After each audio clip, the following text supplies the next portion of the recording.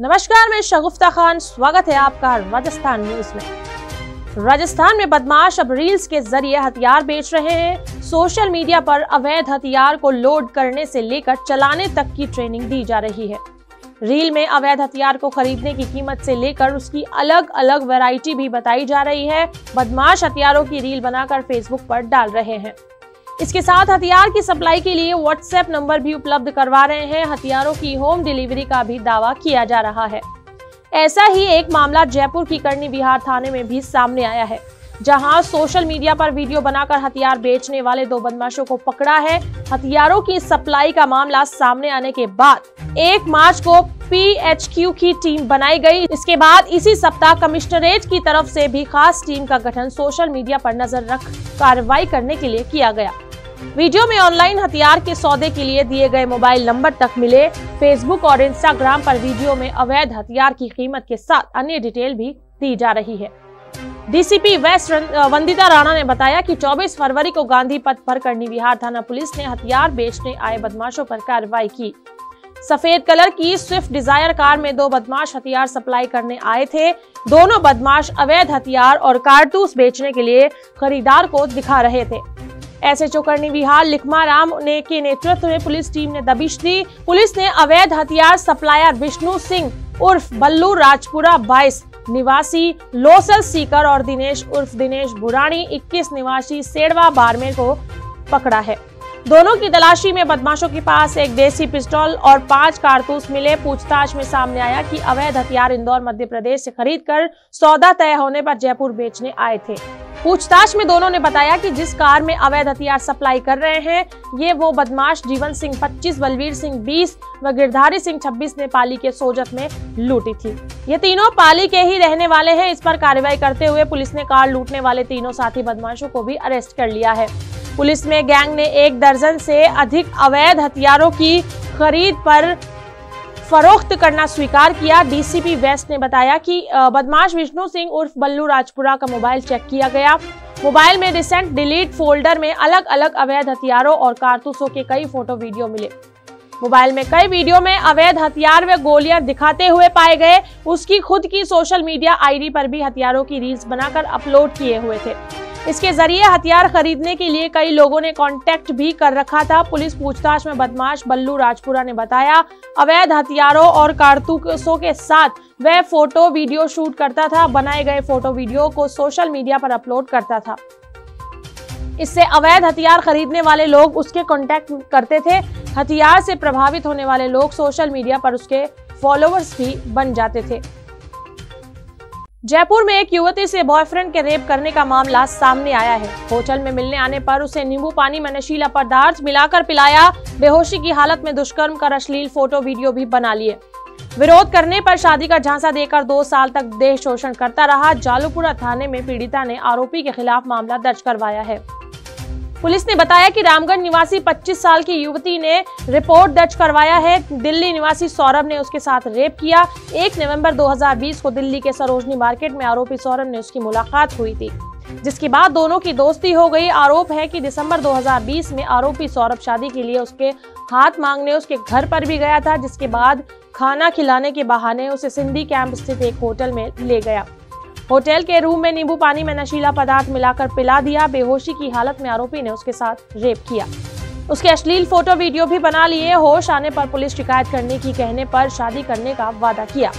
शादी का झांसा देकर पिछले 2 साल तक देह शोषण करता रहा। 11 और 12 फरवरी को भी सिंधी कैंप स्थित होटल में उसके साथ रेप किया।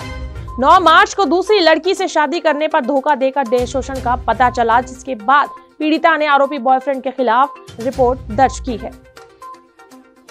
राजस्थान में पिछले दिनों हुई बारिश ने फसलों को बर्बाद करके रख दिया है। किसान खून के आंसू रो रहे हैं। बेमौसम बरसात से किसानों की खेती में कटी पड़ी और खड़ी फसलें खराब हो रही है, जिसके कारण लागत निकालना भी मुश्किल हो रहा है। ये सदमा एक किसान बर्दाश्त नहीं कर पाया। उसने कीटनाशक पीकर सुसाइड कर लिया। मामला बूंदी जिले की तालेड़ा पंचायत समिति इलाके का है। तालेड़ा के थानाधिकारी दिग्विजय सिंह ने बताया कि पृथ्वीराज बैरवा 60 निवासी बाजड़ गांव ने अपने 3 बीघा खेत में गेहूं की फसल लगा रखी थी। पिछले दिनों हुई बारिश से फसल खराब हो गई। इसके कारण वह सदमे में आ गया। पृथ्वीराज शनिवार सुबह करीब 10 बजे अपने खेत पर गया, वहीं उसने कीटनाशक पी लिया। पड़ोस के खेत वालों ने परिवार वालों को सूचना दी, उसे तालेड़ा हॉस्पिटल लेकर पहुंचे। यहाँ डॉक्टर ने प्राथमिक इलाज के बाद कोटा रेफर कर दिया। कोटा में इलाज के दौरान रविवार तड़के करीब 3 बजे उसने दम तोड़ दिया। हेड कांस्टेबल वीरेंद्र सिंह ने बताया कि रविवार सुबह पृथ्वीराज बैरवा ने बेटे मनीष 29 ने फसल खराब होने और कर्ज ज्यादा होने के कारण पिता के सुसाइड करने की रिपोर्ट दी है। पुलिस ने पंचनामा बनाकर शव का पोस्टमार्टम करवाया और परिजनों को सौंप दिया है। रिपोर्ट के आधार पर मामला दर्ज कर जांच की जा रही है। मनीष ने बताया कि दोनों भाई और बहन की शादी के लिए पिता ने करीब 8 लाख रुपए का कर्जा ले रखा था। कर्ज और फसल खराब होने के कारण वो सदमे में था। मनीष ने बताया कि पिता पृथ्वीराज ही घर का खर्चा चला रहे थे। वह और उसका भाई राम नारायण 37 कोटा में मजदूरी करते हैं। बहन की शादी के लिए पिता ने कर्जा लिया था जो नहीं चुका पाए। इस बार खेत में खड़ी फसल से काफी उम्मीदें थी, लेकिन बेमौसम बरसात से वे भी खराब हो गई। चूरू जिले के सुजानगढ़ कस्बे में 36 घंटे से धरना प्रदर्शन चल रहा है। शनिवार दोपहर 2 बजे लोगों ने जनहित संघर्ष मोर्चा के आह्वान पर शहर से गुजर रहे नेशनल हाईवे 58 फतेहपुर सीकर से पालमपुर जाने वाला नेशनल हाईवे पर टेंट गाड़कर जाम लगा दिया। शनिवार से हाईवे अब तक जाम है। जनहित संघर्ष मोर्चा कई साल से सुजानगढ़ को जिला बनाने की मांग कर रहा है। मोर्चा के सदस्यों ने कहा कि 17 मार्च को जब सीएम अशोक गहलोत ने 19 नए जिलों की घोषणा की तो उसमें सुजानगढ़ का नाम ही नहीं था। कई साल से सुजानगढ़ के लोग जिस दिन का इंतजार कर रहे थे वो दिन तो आया, लेकिन उनके हाथ कुछ नहीं लगा। ऐसे में पूरे विधानसभा क्षेत्र में रोष फैल गया है। शनिवार सुबह से ही सुजानगढ़ के लोग, राजनीतिक दल और सामाजिक संस्थाओं के लोग सड़कों पर आ गए हैं। सुजानगढ़ को जिला न बनाए जाने के खिलाफ 2 दिन से शहर में बाजार बंद है। विरोध प्रदर्शन में शहरवासी शामिल है। रविवार रात 8 बजे को नेशनल हाईवे 58 पर हजारों लोग इकट्ठा हो गए। इनमें 100 से ज्यादा महिलाएं हैं। लोग सुजानगढ़ विधायक से इस्तीफे की मांग कर रहे हैं। वहीं प्रदर्शनकारियों का कहना है कि अगर जल्द जिला बनाने की घोषणा नहीं होती तो आंदोलन और तेज होगा, जिसकी जिम्मेदारी सरकार की होगी। रविवार को दिन भर पूरा सुजानगढ़ बंद रहा। प्रदर्शनकारियों ने अनिश्चित काल तक बाजार बंद रखने की अपील की है। जनहित संघर्ष मोर्चा के आह्वान पर सैकड़ों लोगों ने गांधी चौक पहुंचकर धरना प्रदर्शन कर रहे हैं। जगह जगह युवाओं की टोलियां शहर के चौराहों पर सरकार के खिलाफ नारे लगाते नजर आ रही है। लोग सुजानगढ़ विधायक से इस्तीफे की मांग कर रहे हैं। सुजानगढ़ कस्बे में करीब 5000 छोटे बड़े खुदरा प्रतिष्ठान हैं जो रोजाना 3 करोड़ रुपए का कारोबार करते हैं। सुजानगढ़ व्यापार मंडल के मंत्री जितेंद्र मिरंडका और किराना मर्चेंट एसोसिएशन के अध्यक्ष पवन माहेश्वरी ने लगातार बंद का समर्थन किया है। इसके अलावा कस्बे में 7 व्यापार मंडलों ने भी इस बंद को समर्थन दिया है। शनिवार को विधायक को छोड़कर सुजानगढ़ ब्लॉक के सभी कांग्रेस पदाधिकारियों और पार्षदों ने पार्टी के पदों से इस्तीफा दे दिया है। विधायक ने भी वीडियो जारी कर रविवार शाम तक सीएम से बात करने की बात कही थी, लेकिन बात नहीं हो पाई है। सुजानगढ़ नगर परिषद के उप सभापति अमित मारोटिया ने इस बात की पुष्टि की कि ब्लॉक कांग्रेस कमेटी के सभापति, उप सभापति समेत सभी पार्षदों ने अपने पदों से इस्तीफा दे दिया है। हमें सीएम से काफी उम्मीदें थी, लेकिन सुजानगढ़ को जिला घोषित नहीं करने पर हमें काफी ठेस पहुंची है। राजस्थान में पुलिस ने रविवार को बदमाशों पर बड़ी कार्रवाई की। पुलिस ने 5.5 घंटे में 7 जिलों से 652 बदमाशों को गिरफ्तार किया है। एक बदमाश से बुलेट प्रूफ जैकेट भी मिली। यह जैकेट एनकाउंटर में मारा गया गैंगस्टर आनंद पाल इस्तेमाल करता था। पकड़े गए बदमाशों में गैंगस्टर आनंद पाल और लॉरेंस गैंग के सदस्य शामिल है। एडीजी क्राइम दिनेश एमएन ने बताया कि आज बीकानेर रेंज के बीकानेर, चूरू, गंगानगर, हनुमानगढ़ और उदयपुर, जोधपुर, कोटा जिलों में सुबह 5 से 10:30 बजे तक कार्रवाई की।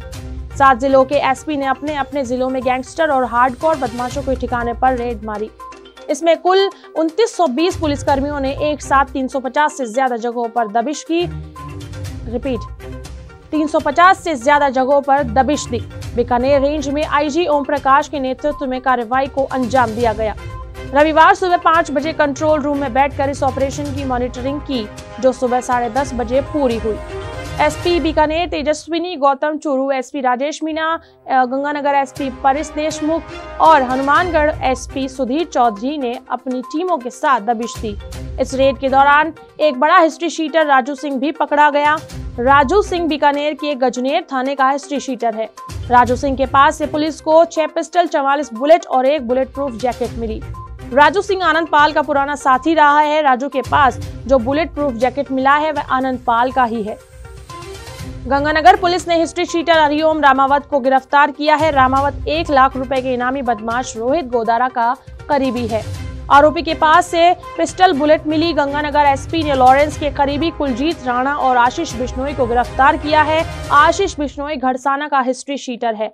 आरोपी के पास से कई महत्वपूर्ण दस्तावेज पुलिस के हाथ लगे हैं। आशीष गैंगस्टर लॉरेंस के लिए काम करता है। दिनेश MN ने बताया कि कोटा, जोधपुर और उदयपुर सिटी को सबसे पहले टास्क दिया गया था। इस दौरान कोटा पुलिस ने 247 बदमाशों को पकड़ा है। इसमें बड़ी संख्या में हिस्ट्री शीटर शामिल थे। जोधपुर सिटी में भी इसी तरह का टास्क एसपी जोधपुर को दिया गया। इस दौरान पुलिस ने 100 बदमाशों को गिरफ्तार किया है। उदयपुर पुलिस रविवार को एक्शन मोड में आ गई है। धरपकड़ करते हुए 500 पुलिस कर्मियों ने 125 बदमाशों को गिरफ्तार किया है। शहर के सभी थाना इलाकों में हार्डकोर और हिस्ट्री शीटर को पकड़ने के लिए पुलिस ने अभियान चलाया था। कार्रवाई के दौरान अंबा माता पुलिस ने सबसे ज्यादा 26 बदमाशों को गिरफ्तार किया है। सवीना पुलिस ने 20, सूरजपोल पुलिस ने 19, हिरण मगरी पुलिस ने 13, गोवर्धन विलास ने 12, नए थाना क्षेत्र में 10, सुखेर ने 9 और प्रताप नगर में 9 बदमाशों को पकड़ा। इसके अलावा नई थाना क्षेत्र में 10, सुखेर में 9, प्रताप नगर में, भूपालपुरा थाने में इलाके में 8, धान मंडी में 5, हाथीपोल में 4 और घंटा घर में 1 बदमाश को गिरफ्तार किया है। बीकानेर एसपी तेजस्विनी गौतम ने बताया कि रेड में 500 पुलिस कर्मियों थे। बीकानेर में बदमाशों के 95 संभावित जगहों पर रेड की गई। इस दौरान गैंगस्टर आनंद पाल और रोहित गोदारा के गुर्गों के साथ ही राजू टेहट हत्याकांड में फरार एक आरोपी सुखदेव धवल को पकड़ा गया है। पुलिस ने अलग अलग कार्रवाई में 12 बोर बंदूक में 42 कारतूस, 1 पिस्टल, 1 रिवॉल्वर, 2 कारतूस, 12 बोर बंदूक में 22 कारतूस, 42 कारतूस, 22 गन, 1 एयर गन और बुलेट प्रूफ जैकेट बरामद हुए। कुल 42 बदमाशों को गिरफ्तार किया गया है। श्री गंगानगर में पुलिस ने रविवार अल सुबह जिले में 75 बदमाशों के ठिकानों पर दबिश देकर लॉरेंस गैंग के 22 बदमाशों को गिरफ्तार किया है। वहीं फायरिंग, फिरौती मांगने जैसे मामलों में शामिल कुल 52 बदमाशों को गिरफ्तार किया है। बीकानेर में 500 पुलिसकर्मियों की 75 टीमें बनाई गई। इन टीमों की एक्टिविटी सुबह करीब 5 बजे शुरू हो गई थी। जिले के अनूपगढ़, घड़साना, रावला, सूरतगढ़, हिंदू मलकोट, चूनावट, लालगढ़, जाटान, श्री विजयनगर, रायसिंह नगर और शहर के सभी थानों सहित विभिन्न थाना क्षेत्रों में कार्रवाई की गई। चूरू पुलिस अधीक्षक ने 250 पुलिसकर्मियों के साथ 45 जगह पर रेड की। इस दौरान मादक पदार्थ को रखना और सप्लाई करने वालों को गिरफ्तार किया गया। कुल 18 बदमाशों को गिरफ्तार कर लिया गया है। 9 वाहनों को जब्त किया गया है। हनुमानगढ़ एसपी ने सुबह 5 बजे 350 पुलिसकर्मियों के साथ छापेमारी शुरू की। 116 जगहों पर छापेमारी की गई। इस दौरान पुलिस मादक पदार्थ की सप्लाई, अवैध हथियार और शराब तस्करी से जुड़े हुए 48 बदमाशों को गिरफ्तार किया है। पुलिस ने इस दौरान 500 ग्राम पॉपी, 51 ग्राम स्मैक और 12 बोर पिस्टल बरामद किया। पुलिस ने 4 वाहनों को भी जब्त किया। एडीजी क्राइम दिनेश MN ने बताया कि राज्य में अपराधी को खुली हवा में सांस लेना नहीं चाहिए। अगर अपराधी बाहर है तो वह क्राइम करेगा। बदमाशों के मुकदमों को क्लब करके कोर्ट के सामने रखा जाएगा। इससे इन्हें जमानत नहीं मिले। बदमाशों को पकड़ने के लिए समय समय पर रेंज IG को टास्क दिया जाता है। बीकानेर रेंज IG ओम प्रकाश ने खुद पूरी टीम को रेडी की और मॉनिटरिंग की। इसका फायदा हुआ कि बड़े अपराधी पकड़े गए। पुलिस मुख्यालय ने अपराध और अपराधी को रोकने के लिए कई प्लानिंग बनाई, जिससे राजस्थान पीस स्टेट बनेगा। राजस्थान के करौली स्थित चंबल नदी में मध्य प्रदेश के 7 लोग शनिवार को डूब गए। इसमें से 5 लोगों के शव निकाले जा चुके हैं, 2 अभी लापता हैं। अंधेरा होने के कारण सर्च ऑपरेशन रोक दिया गया। इससे पहले रविवार को दिन भर सिविल डिफेंस के साथ ही स्थानीय गोताखोरों और SDRF की टीमें 6 बोट से लोगों को ढूंढने जुटी थी। शनिवार शाम को अंधेरा होने के बाद सर्च ऑपरेशन रोक दिया गया था। रविवार सुबह करीब 7 बजे फिर ऑपरेशन शुरू किया गया।